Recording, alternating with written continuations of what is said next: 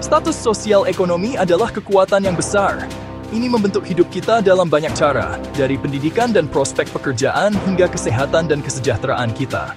Status sosial ekonomi mencakup faktor-faktor seperti pendapatan, pendidikan, dan pekerjaan, memberikan bayangan panjang pada perkembangan kognitif, memengaruhi struktur otak, fungsi, dan akhirnya lintasan kehidupan seorang anak. Dari tahap paling awal kehidupan, anak-anak yang tumbuh di lingkungan dengan status sosial ekonomi rendah menghadapi serangkaian tantangan yang dapat menghambat perkembangan otak yang optimal. Stres kronis, nutrisi yang tidak memadai, stimulasi kognitif yang terbatas, dan lingkungan pengasuhan yang kurang, semuanya bertemu untuk menciptakan badai yang sempurna bagi kerugian kognitif. Dengan mengatasi faktor-faktor sosial dan lingkungan yang merusak perkembangan kognitif, kita dapat mengurangi dampak negatif kemiskinan dan membuka potensi penuhan. Stres kronis adalah ciri khas kemiskinan, memberikan bayangan panjang pada otak yang sedang berkembang. Anak-anak yang tumbuh di rumah tangga dengan status sosial ekonomi rendah secara tidak proporsional terpapar pada peristiwa kehidupan yang merugikan, seperti kesulitan ekonomi, ketidakstabilan keluarga, dan kekerasan di lingkungan sekitar. Pengalaman ini memicu pelepasan hormon stres seperti kortisol yang memiliki efek toksik pada otak yang sedang berkembang, terutama di daerah yang penting untuk belajar dan mengingat. Hippocampus, struktur otak yang sangat terlibat dalam pembentukan memori, sangat sensitif terhadap stres. Paparan kortisol yang berkepanjangan dapat merusak neuron hippocampus, mengganggu kemampuan anak untuk belajar dan menyimpan informasi baru.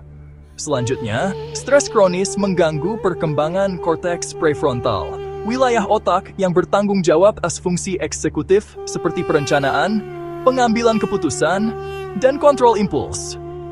Menciptakan lingkungan yang mendukung yang melindungi anak-anak dari kesulitan dan meningkatkan kesejahteraan emosional sangat penting untuk mengurangi efek toksik stres pada perkembangan kognitif. Otak yang sedang berkembang sangat membutuhkan pasokan nutrisi penting yang konstan untuk pertumbuhan dan fungsi yang optimal. Namun, anak-anak yang hidup dalam kemiskinan seringkali kekurangan akses ke makanan kaya nutrisi yang penting untuk perkembangan otak yang sehat. Kekurangan nutrisi dapat memiliki konsekuensi yang menghancurkan, mengganggu kemampuan kognitif, dan merusak potensi masa depan anak. Kekurangan zat besi selama periode kritis perkembangan otak dapat menyebabkan keterlambatan dalam pemerolehan bahasa, keterampilan motorik, dan fungsi kognitif. Selain itu, asupan nutrisi penting lainnya yang tidak memadai, seperti seng, yodium, dan asam lemak omega-3, dapat semakin mengganggu perkembangan otak. Mengatasi kekurangan nutrisi melalui program yang menyediakan akses ke makanan sehat dan suplemen sangat penting untuk memastikan bahwa semua anak memiliki kesempatan untuk mencapai potensi kognitif penuh mereka.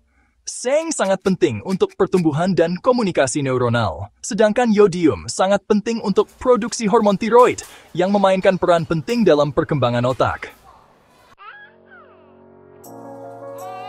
Otak manusia berkembang dengan stimulasi, terutama selama tahun-tahun awal ketika koneksi saraf terbentuk dengan cepat. Anak-anak yang tumbuh dalam kemiskinan sering mengalami kemiskinan pengalaman, kurangnya akses ke lingkungan yang kaya dan beragam yang mendorong perkembangan kognitif. Pada usia 3 tahun, anak-anak dari keluarga dengan status sosial ekonomi rendah mendengar kata-kata yang jauh lebih sedikit daripada teman-teman mereka yang lebih kaya, menghasilkan kesenjangan bahasa yang dapat memiliki konsekuensi jangka panjang. Bahasa adalah dasar untuk belajar, dan anak-anak dengan keterampilan bahasa yang terbatas seringkali kesulitan untuk berhasil di sekolah dan seterusnya. Di luar bahasa, anak-anak dari latar belakang status sosial ekonomi rendah mungkin juga memiliki lebih sedikit kesempatan untuk pengalaman yang memperkaya, seperti mengunjungi museum, menghadiri konser, atau terlibat dalam kegiatan ekstrakurikuler. Menyediakan akses ke pendidikan anak usia dini berkualitas tinggi, program pengayaan setelah sekolah, dan peluang untuk eksplorasi budaya dapat membantu menyamakan kedudukan dan memberi semua anak stimulasi yang mereka butuhkan untuk berkembang. Lingkungan rumah memainkan peran penting dalam membentuk perkembangan kognitif anak. Kehangatan, responsivitas, dan keterlibatan orang tua menciptakan lingkungan pengasuhan yang menumbuhkan keamanan emosional, rasa ingin tahu, dan kecintaan belajar. Namun, tekanan kemiskinan dapat berdampak pada pengasuhan, yang mengarah pada praktik pengasuhan yang lebih keras dan mengurangi interaksi orang tua anak. Ketika orang tua berjuang untuk memenuhi kebutuhan, mereka mungkin memiliki lebih sedikit waktu dan energi untuk dicurahkan untuk perkembangan kognitif anak-anak mereka.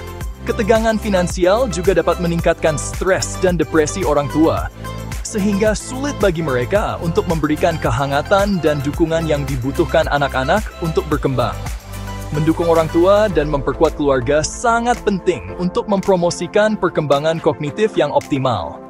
Program yang menyediakan pendidikan pengasuhan anak, layanan kunjungan rumah, dan bantuan keuangan dapat membantu mengurangi tekanan kemiskinan dan menciptakan lingkungan pengasuhan yang lebih baik bagi anak-anak untuk tumbuh dan belajar. Kemajuan dalam teknologi neuroimaging telah memberikan wawasan tentang dampak status sosial ekonomi pada perkembangan otak. Studi MRI mengungkapkan perbedaan dalam struktur dan fungsi otak antara anak-anak dari latar belakang sosial ekonomi yang berbeda.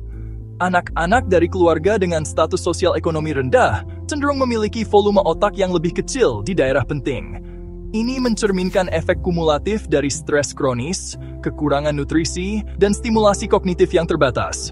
Studi fMRI menunjukkan anak-anak dari latar belakang sosial ekonomi rendah membutuhkan lebih banyak aktivitas otak untuk tugas yang sama.